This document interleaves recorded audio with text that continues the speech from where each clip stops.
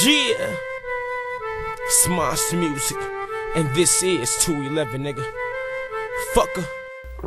Greetings, salutations, have a nice day, you know, all that good stuff. But this episode here, I want to talk about something I touched on previously, right? In another, probably 2 episodes, I kind of teased this information concerning a period of incarceration or something that happened during a period of incarceration, my first period of incarceration from like 98, actually late 97 all the way up to 02, right? So this particular story revolves around a female correction officer, right? Now, as I explained before, if y'all watched any of my previous episodes, I explained the difference between a green tag, a red tag, and a black tag as it refers to the tag with the name on it and the color of it for a correction officer, right? So if your name is Williams and you are new, fresh to the yard or fresh to the MDOC correction officer, you get that green tag, right? As you elevate, and I don't know exactly what they have to qualify, what the qualifications is to get to the red tag, but the next level up is the red tag. Now, once you get your black tag, with your name on it, say if it's Williams or whatever, like I just said, then I believe that's when you officially get your route, or you get your, you get into a regular scheduled 40 hours a week, or however they work that out, right? So at this particular time at Coldwater, Lakeland Correctional Facility, I'm in Coldwater at the time, Michigan. I don't remember her name. I would have to actually try to locate the ticket. I got like a lot of my tickets and all my penitentiary paperwork and literature and notes and stuff that I took in over the years, and just so happened before I could actually get to going through the stuff and shuffling through it and finding some of this information, I was usually finding my way back to prison. Even though it spaced out a few years after I get off parole, I never had a problem getting off parole. I walked parole down. I probably did all my paroles dropping dirty for weed, but it was just like, I'm on parole. I'm already done did my bid. I done gave my paid my debts to society. I want to blow. So I never had a problem walking parole down. It was always years later when I got back into the groove of things, so I got back comfortable into doing slime ball stuff or hitting licks and trying to get, you know, that street money, that I would catch myself on the course and on the route back to the prison, throwing bricks at that boy, you hear me? Like I say, I did 3 different prison bids. I did one from 97 to 02. I did a second one from 2007 to 2010. And my third one was like 2013 to 2015.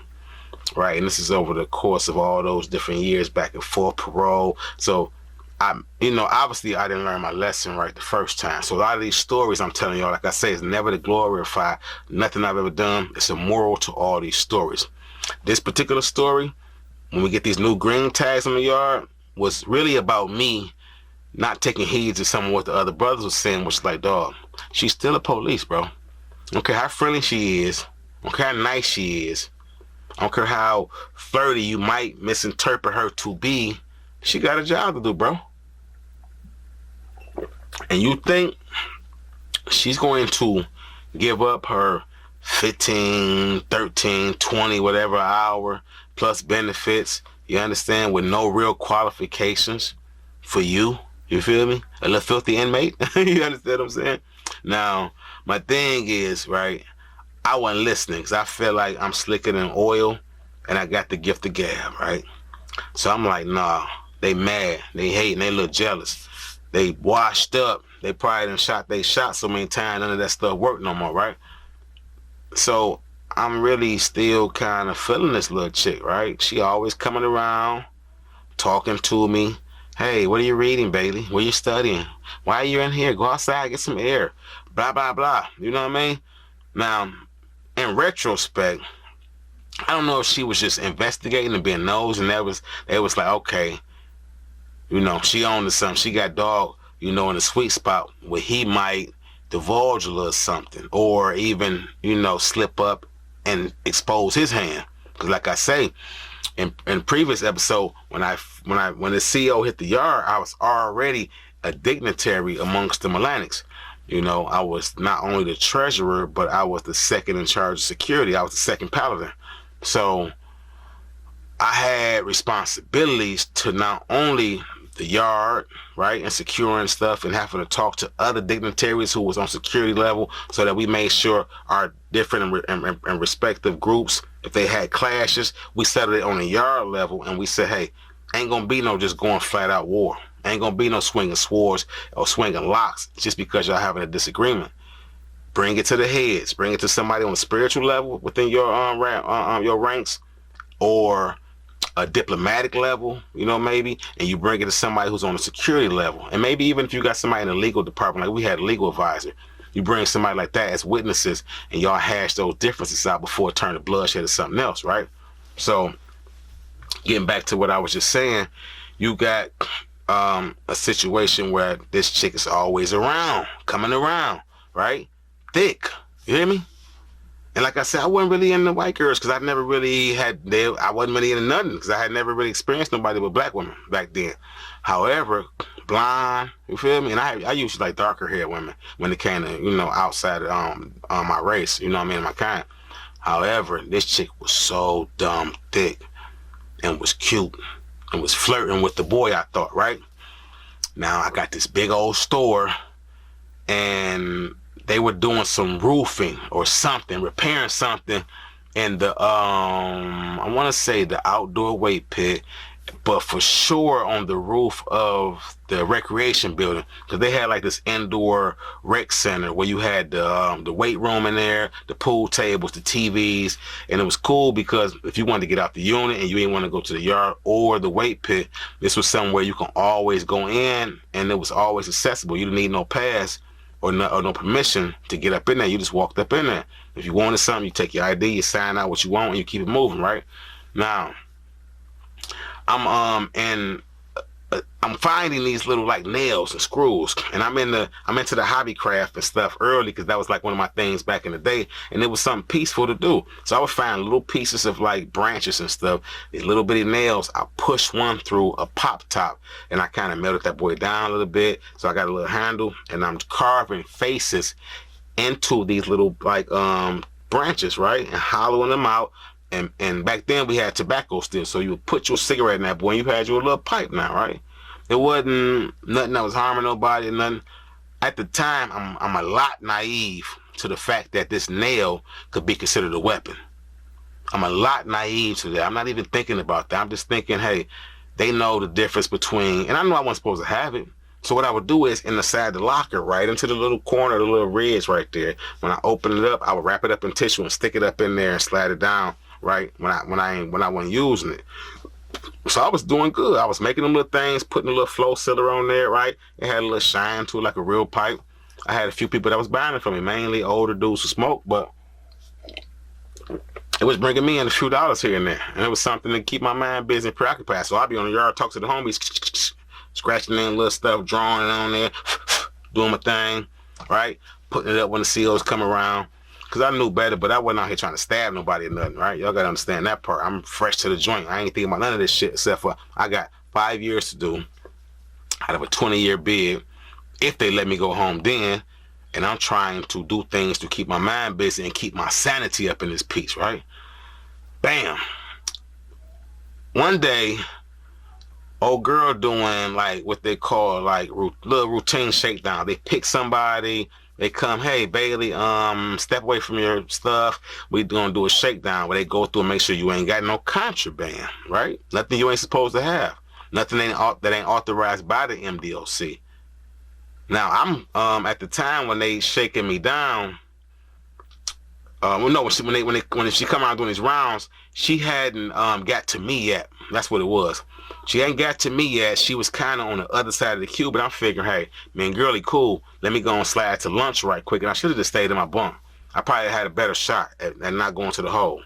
Because this story ended up bad. This ain't no good story, right? And it's a moral to it as usual, right? Boom. Go to lunch. And as I mentioned before, one of my brothers, Chip Brown X, he was one of the dudes who inducted me into Melanicism. So I go to chow. And on the way back, Chip X stopped me. like Sola. I see Salam, like my Salam, brother. He say, bro, they in your joint, bro. They tearing your joint up. I think you going to the hole. They packing your shit up. I said, what you mean? He said, bro, they packing your stuff up, bro. I don't know what they found in your spot, but you got all the stuff. You got all the brother's stuff. And I'm thinking, hell with that, because whatever is in that store, I can cover through my account. I could send a money transfer. I could take care of somebody and hit somebody off. I ain't thinking about that, but they like going to the hole. I ain't never been to the hole. I ain't never been to the hole, bro. You understand me? Only thing I ever knew about the hole or segregation was watching movies like everybody else who had never been to the penitentiary. I've heard about the hole, and even when hearing about it, it was like I heard about my father told me a situation when he was in the hole. We baby oil down, he got in that boy and stripped down, threw his bed upside down and all that, and when they came in, they was fighting. You know what I mean? It was like that back in the 80s, right? So I'm thinking the dungeon, the worst of the worst. You know, rats running around. Because I had been to 7 Block. I had just left 7 Block. 7 Block was horrible. 7 Block had birds flying around. You had to cover your food up, bird feathers flying and shit. Anybody ever been to 7 Block in the 90s? Y'all know what I'm talking about. Or even earlier than the 90s, right? Because I went in the late 90s. Cats used to get in there. The sewage was horrible. It smelled like feces. The water was rusty as hell. If you left your water in your cup long enough and it evaporated in one of them tumblers, the plastic tumblers, you will see rust in the cup as residue because of the fact that this water was it was like well water, and it tasted horrible. So to mask that, dude, one of the ways we used to filter it, right? We'll put a rag or something over it and let the water drip in and all that, boom. So mind you, I've been there. So when they talk about segregation, my mind get to clicking like, damn, I got to go through some bullshit, right? And I ain't even been down a year yet. I'm getting used to this joint. I was really clicked in real tight at the time with this Cobra named Rocky. Rocky was from Southwest Detroit. So me and him had some things going on too, where me and him was trying to invest with each other to have another store going on with him and his Cobra homies, right? So that was going to be like a thing that we locked in with, because like I say, when I first came to the joint, Melanics rotate up under the 6-pointed star, which we consider the original Star of David, right? The original Star of Islam, actually. So that's our belief. You know what I mean? That's how we believe based on historical artifacts and whatnot. I mean, artifacts and whatnot. Things that we've seen progressively throughout the years that represented that 6-pointed star as that original star. And what happened throughout history was that the Jews didn't want to be associated, or the Muslims didn't want to be associated with the Jews, who were extremely hated at the time, so they adopted the 5-pointed star. It's all love, all still peace and blessings to all the brothers up under the Islamic banner. I'm just giving you my spiel on it, right? So that's what the connection was between the Melanics, the Cobras, and the GDs, the 6-pointed star connection. Not to mention some of our doctrine and literature was the same. So me and my dude Rocky, I was trying to get like word to him across the yard before I actually got back to the unit, but I ain't even get into the unit real good. I got on the court, like, and if you knew anything about how a lot of these joints are set up, you got a basketball court right in front of the unit. So before you can get to your unit door, you walk past or through or around the basketball court, right? I got halfway through the basketball court. The COs was coming out the unit with a damn camcorder. You hear me? Camcorder lights. Bailey, turn around. Bailey, 261-159.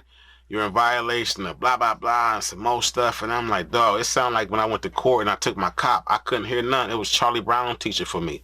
Womp, womp, womp, womp, womp, womp, womp, womp, womp, womp, womp. Because I'm having this flash like, dog, all of my little connections and friends I just made, all this money I made, this possibly could be over, because I'm pretty sure I know what they found, right? So when I get to the hole and they finally bring my paperwork and they saying dangerous contraband. Well, first they had, I think it was a weapons charge first, like weapon or something, like possession of weapon, something like that. They made in possession of weapon, but then they dropped the charge down to dangerous contraband, which means something you ain't supposed to have, but it's dangerous, obviously, right? And I sat in the hole for 12 days, reading, getting on their nerves by folding my dirty clothes and handing it to me, saying, you ain't got to fold them, they dirty. I'm like, man, I got to have a peace of mind in here for something. I ain't no nasty dude. Take it. Shut up. Right? Howling out the window, talking to my dude, Rock, man, you getting out the hole, bro? I don't know, man. We supposed to do big things, so lie. No, bro, I'm gonna see you when I get out. But guess what happened? Security classification committee come down and decide, Mr. Bailey, you're not adjusting well at this institution. And at this time, we think it's best that we find you a new institution to start over fresh at and to finish off your time that you're serving. Man, I don't know how many of y'all have been incarcerated. How many of y'all is watching? Some of y'all, I'm pretty sure that's gonna watching it because y'all relate to some of the story, right? So y'all know how it is. It's a plantation mentality, right? You get with some people, and on these locations, y'all bond, y'all connect. Whether it's over what y'all believe in, where y'all come from. It's something that bonds y'all and connect y'all, right? So that becomes your family, right?